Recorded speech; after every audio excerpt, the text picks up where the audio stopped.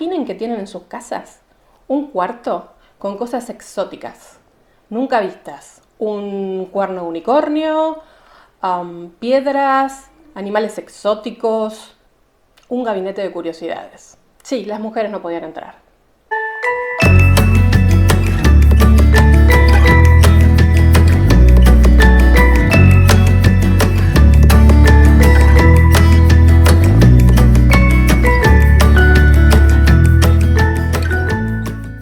Bienvenido al mundo de los gabinetes de curiosidades. Vamos a situarnos. Europa, siglo XVI. Renacimiento, búsqueda de lo antiguo, una revalorización de las artes y de la literatura, de Grecia y de Roma.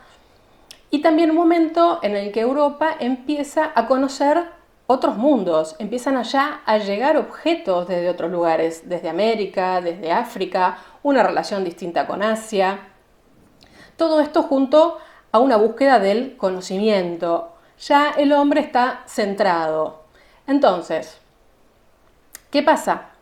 Tenemos comercio fuerte, tanto por el lado del Atlántico como por el lado veneciano, que mantenía todavía su presencia bastante importante. Por supuesto, para que exista el comercio tiene que haber gente que consuma. Y ya entonces tenemos una burguesía bastante consolidada, que incluso compite en riqueza con la aristocracia y con los reyes.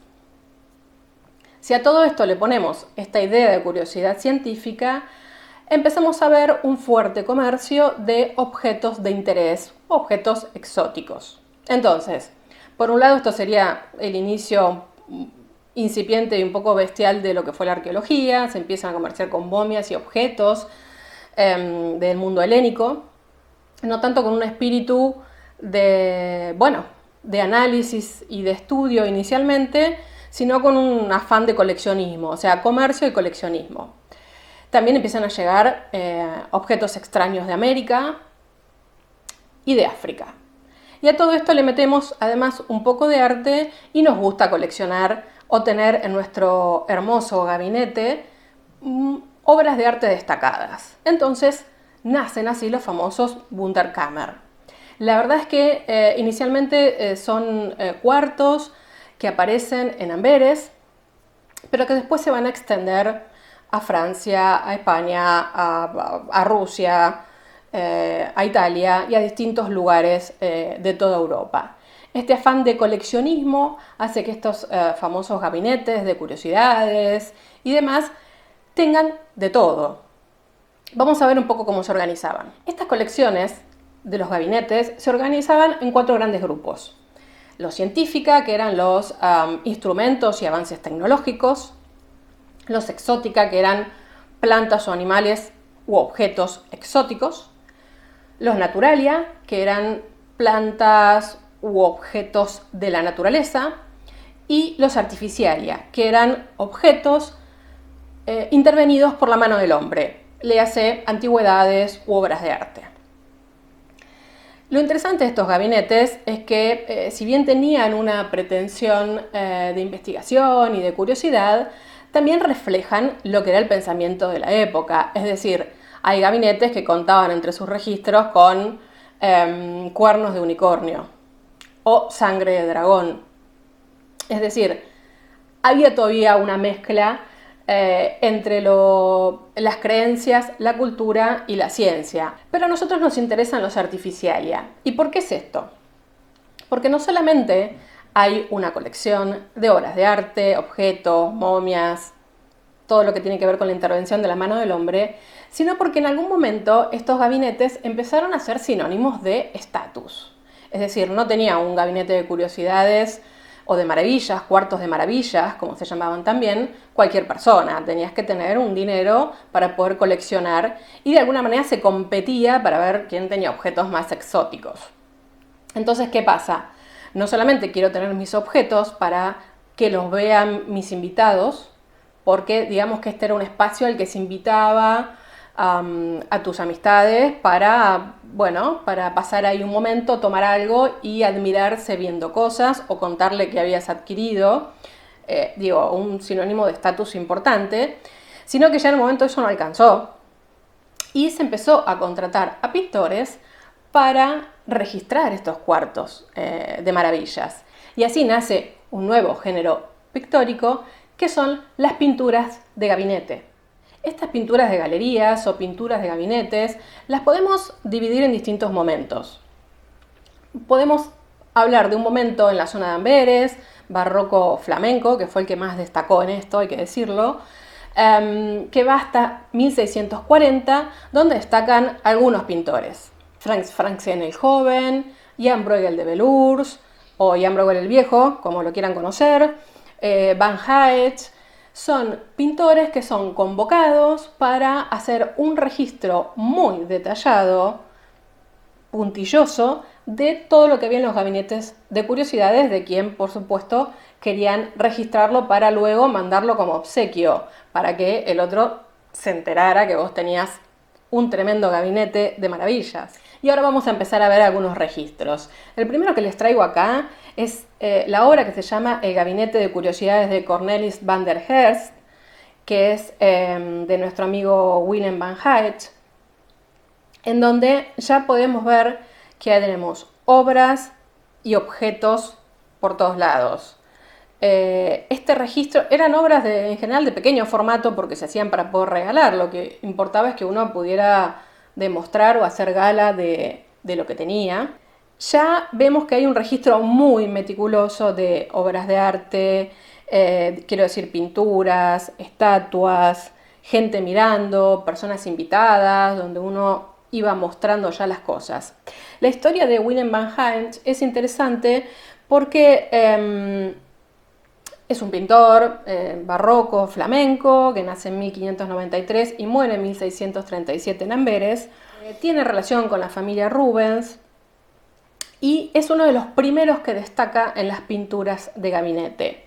¿Por qué? Porque justamente fue contratado por el señor Cornelius van der Heerst como conservador de la colección de sus pinturas. Es decir, ya no solamente alcanzaba con tener un gabinete con cosas desparramadas por todos lados, más allá del orden que uno le pudiera dar, sino que necesitaban a alguien que gestione esas colecciones. Y es una nueva figura que se va dando en términos más profesionales burgueses, quiero decir. No es que no existiera antes, sobre todo en las monarquías, alguien que gestionara las colecciones reales. Pero acá estamos hablando de otro tipo de acceso.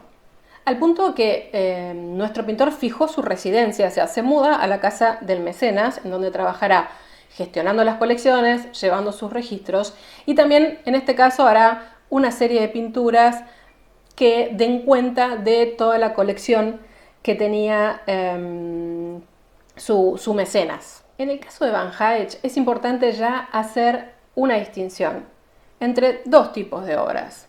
Por ejemplo, de la que hablamos primero, el Gabinete de Pinturas de Cornelius van der Heerst, donde hay obras perfectamente reconocibles y que de hecho han servido para identificar colecciones, no solamente esta pintura, sino otras tantas. Hay obras reconocibles de Jan van Eyck, como La mujer lavándose, obras de Snyders, de Van Dyck, junto a personajes, ¿no? Como Isabel Clara Eugenia y Alberto, que eran los archiduques que en ese momento estaban gobernando esa zona. Es decir, hay como un registro histórico real de lo que había en ese gabinete y de las cosas que podían pasar ahí. Ahora tenemos otra obra de él, del mismo periodo, que es El estudio de Apeles, que hoy por hoy está expuesto en La Haya, en donde ya ahí tenemos una situación de fantasía.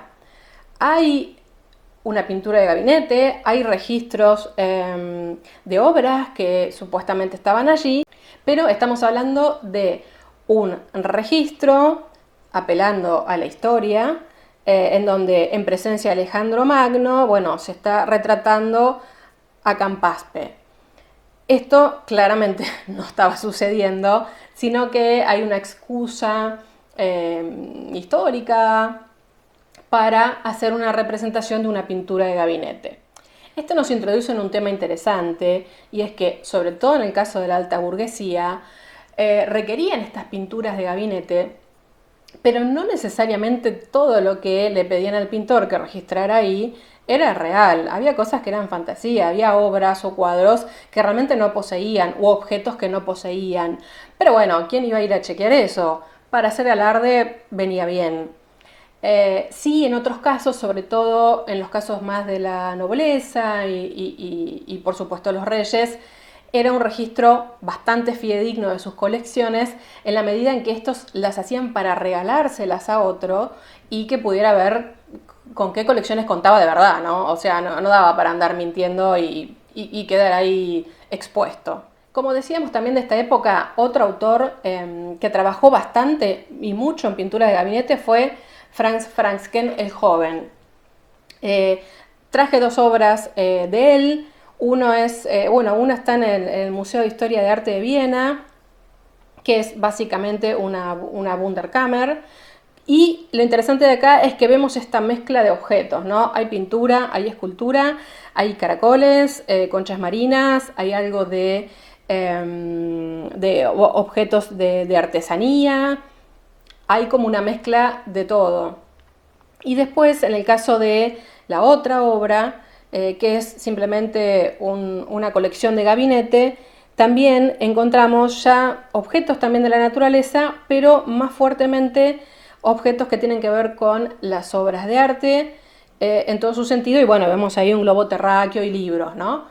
Todo esto que hablaba no solamente de la fortuna, sino también del conocimiento, de la sabiduría que tenía quien poseía todos estos objetos. Como último tenemos una obra de Jan Bruegel de Belurs, que es en colaboración con Rubens. Es interesante esta obra porque también tenemos esa mezcla de gabinete de curiosidades, de cuarto de maravillas, pero en relación con un tema que es un poco más metafórico. Esto pertenece a la serie de los sentidos que hizo Rubens, en este caso es la vista, y Jan Bruegel, que fue el que hizo casi todo el trabajo, excepto las personas, o sea, las personas son Venus y Cupido, las pintó Rubens hacia el final. Lo interesante es ver la técnica, el nivel de meticulosidad que tiene Jan Bruegel el Viejo y cómo registra cada una de las cosas que se podían llegar a ver en un gabinete de curiosidades, en este caso que estimularan la vista. Vale traer como dato de que la abuela de Jan Bruegel fue una miniaturista y se entiende que él de alguna manera aprendió este registro tan detallado, tan preciosista de las cosas a partir de ella. Por cierto, así como tenemos a Venus y a Cupido, también tenemos el registro que se ve de fondo de hechos que tienen que ver con la realidad del momento. Por ejemplo, de fondo se ve el palacio de Kudenberg, que es donde era una de las residencias de los archiduques Isabel, Clara Eugenia y Alberto. Piensen que la situación de los Países Bajos españoles era muy especial y en el caso de Isabel, Clara Eugenia y Alberto, que estaban gobernando ese lugar, trataban todo el tiempo de buscar un anclaje con la zona para que no los sientan tan extranjeros, tan foráneos. Entonces, bueno, aparecen en muchos cuadros, incluso algunos encargados por ellos mismos. Lo cierto igual que también había un poco de chupamedismo en todo esto, pero no nos vamos a meter demasiado en eso.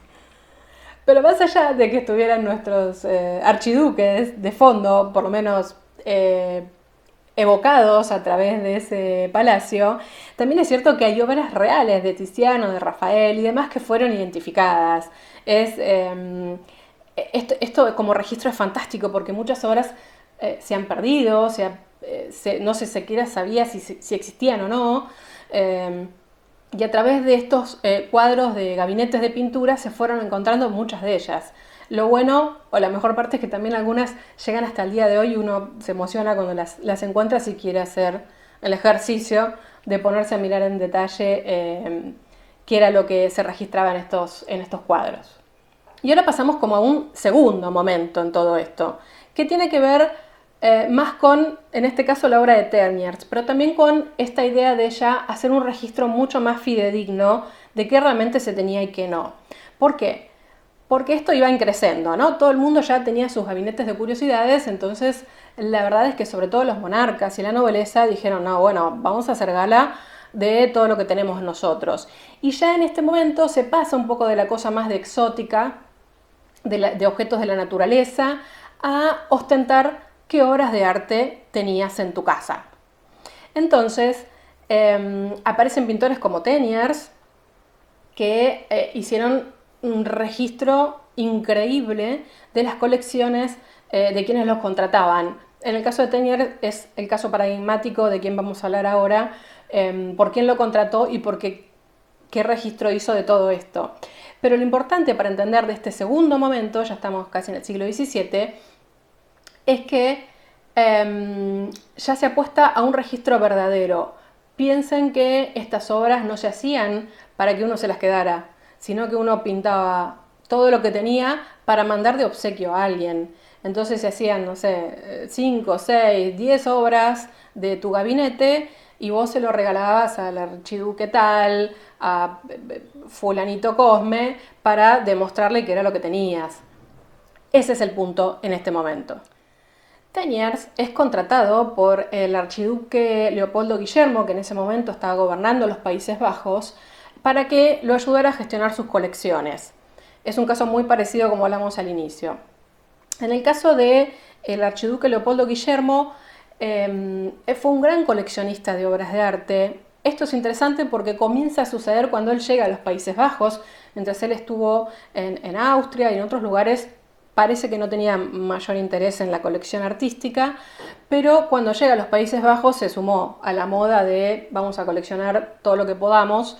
De hecho, se compraban colecciones enteras, o sea, si alguien vendía una colección, capaz que se las compraban enteras. Y tenían gente operando todo el tiempo para ver qué cosas salían al mercado y que los fueran a comprar, porque claramente el archiduque o el rey no iba directamente a la venta a hacerse de esa colección o de ese cuadro. Entonces, bueno, también ahí aparecen, ¿no?, todos los marchantes de arte trabajando en la gloria, sería en ese momento. Teniers hace muchos registros de la colección del archiduque Leopoldo Guillermo. Hay alrededor de 12 cuadros del archiduque Leopoldo Guillermo en su galería de pinturas en Bruselas. Lo interesante de todo esto es que, bueno, el archiduque nunca estaba solo en su galería de pinturas en Bruselas, sino que la gracia era tener invitados y mostrarlos, ¿no? Vamos a ver algunos de los ejemplos. En este cuadro que vamos a ver ahora, que es, por supuesto, el archiduque Leopoldo Guillermo en su gabinete de Bruselas, aparecen cuadros identificables, de hecho casi todos están identificados. Vemos Santa Margarita de Giulio Romano, el Dux de Venecia, que bueno, no se sabe si es el de Tiziano o el de Tintoretto.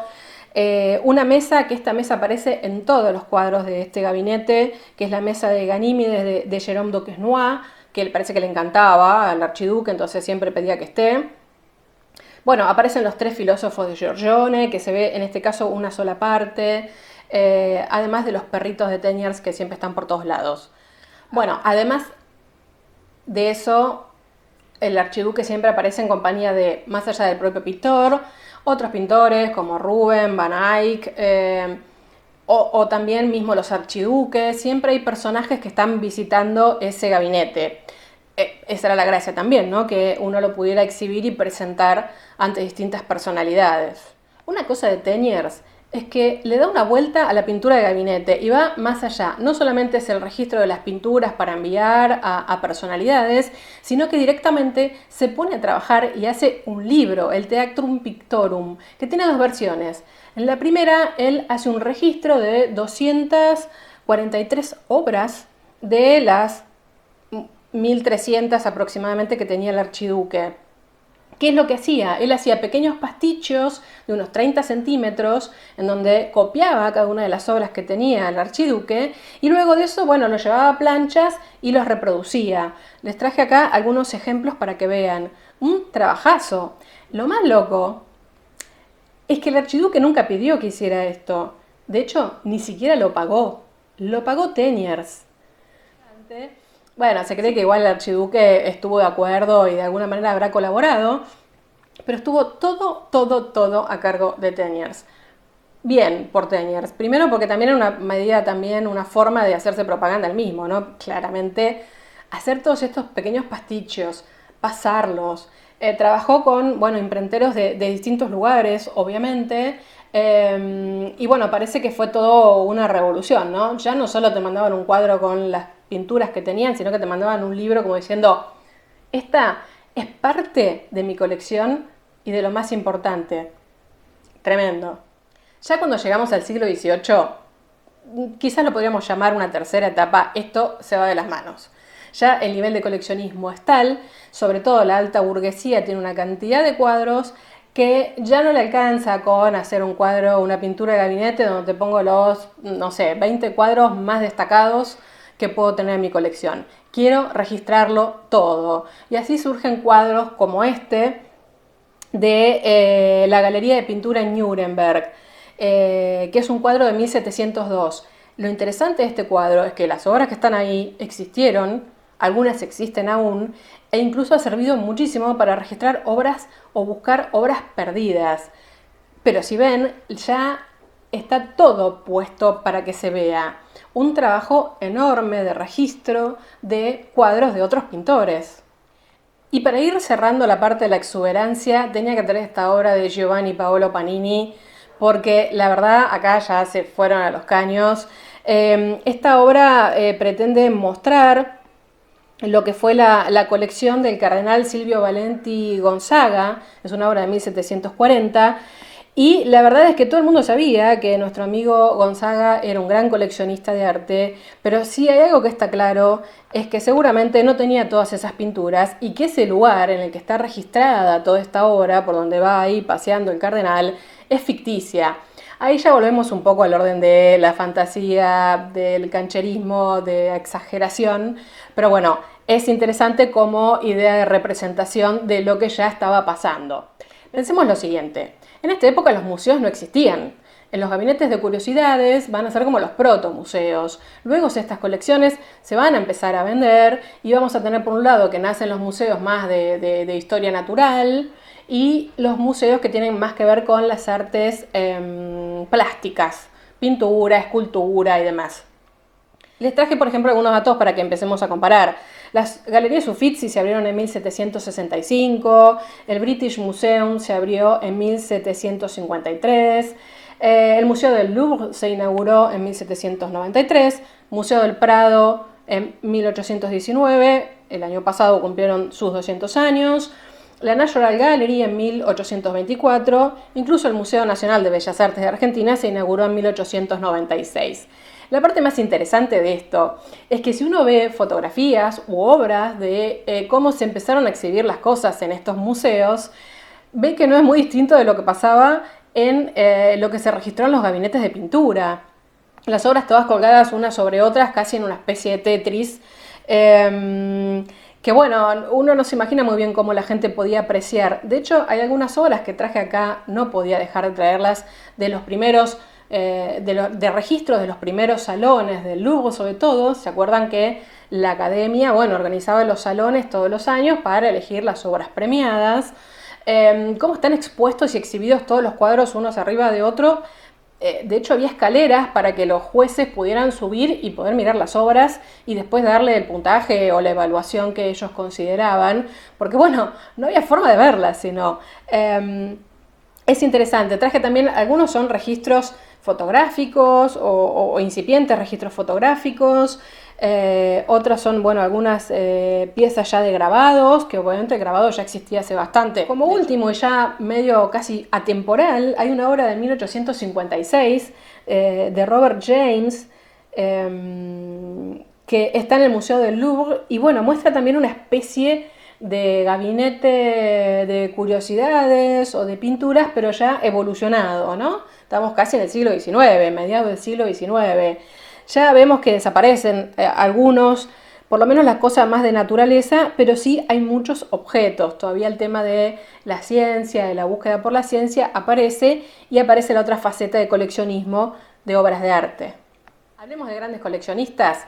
Pedro el Grande en Rusia, Carlos I de Inglaterra, Felipe IV, el archiduque Leopoldo Guillermo, Cristina de Suecia, como para que tengan una idea de las colecciones que había dando vueltas por ahí y de todo lo que había para poder exhibir y exponer. La verdad que este tema de gabinetes es fantástico, a mí me gustó muchísimo investigarlo, hay mucho para compartir, esto es un resumen más que escueto de todo eso. Si les gustó, si les pareció que podemos incluso también ampliarlos, me dejan un like, me lo hacen saber en los comentarios, también dejo mis redes por si quieren sugerir temas, obras, autores, momentos históricos. Siempre las ideas son bienvenidas. Nos vemos el próximo viernes.